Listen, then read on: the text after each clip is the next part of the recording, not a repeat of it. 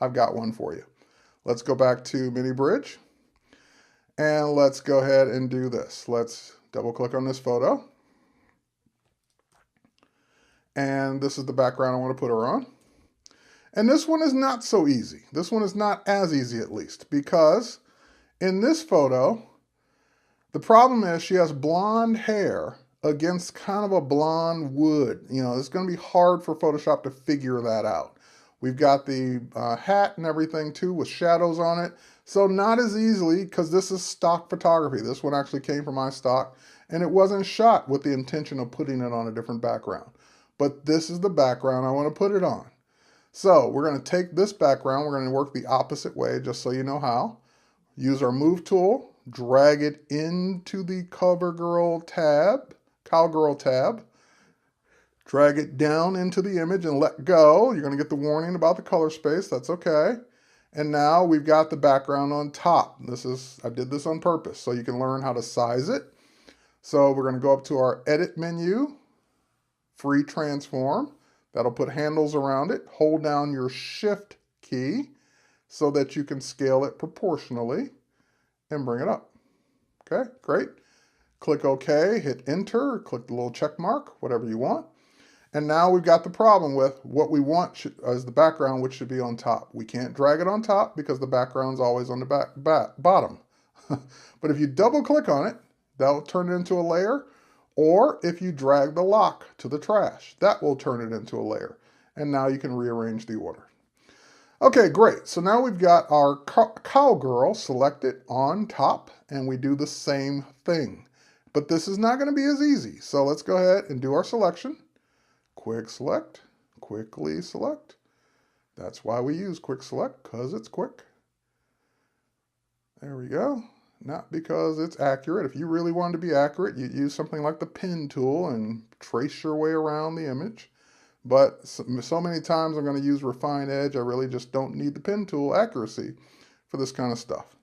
Now we're going to go ahead and make that smaller, get this little part under the arm there. And I think I got everything. I got the hand. Yep, got all that. Got the shoulder, got the hair, got the hat. Got all pieces of the hat, even that little piece up there, that little piece there. Okay, we got it all. So same thing, Refine Edge. When we do Refine Edge, that shows us what we've got so far. Again, we can put this on anything we want. We can see it on the mask. We can see it on black and white, black or white, I should say. Overlay, marching ants, whatever you want. Now, I'm going to keep it on white just for a moment here. We're going to see, again, Smart Radius to kind of soften up that selection where it needs to be soft.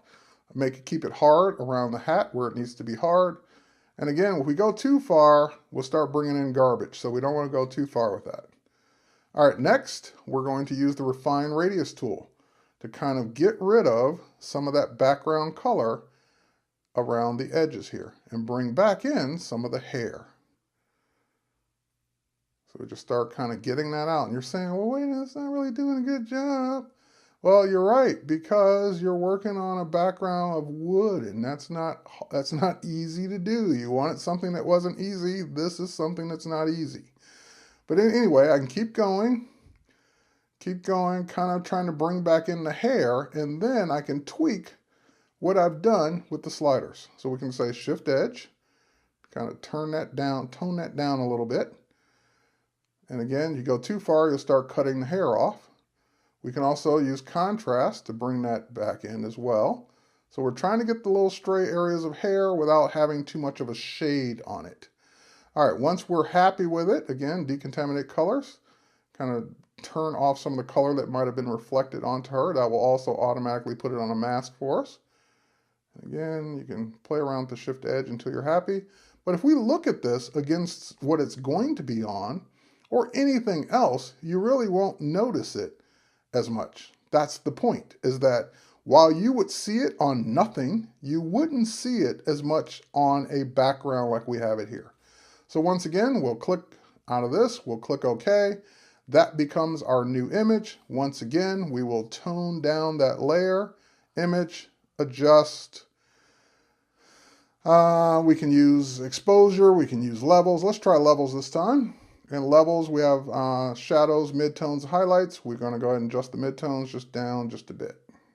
Because again, she was very bright against that not so bright background. And next thing we're going to do is we're going to do the same technique. So hold down the Command key, click on that layer, make that selection or layer mask, make that selection of her, go to the background and new layer via copy or Command J on the keyboard Mac, Control J on the keyboard Windows. That will make a layer of her shape out of the background. We're going to take that layer and move it to the top. Now we're going to average those colors, the things we didn't do on the other one. We're going to say filter, blur, average. Average the colors of the blue, the orange, the brown, the beige, average it out. That's what it should average out to. Now we set the blending mode to color. There we go.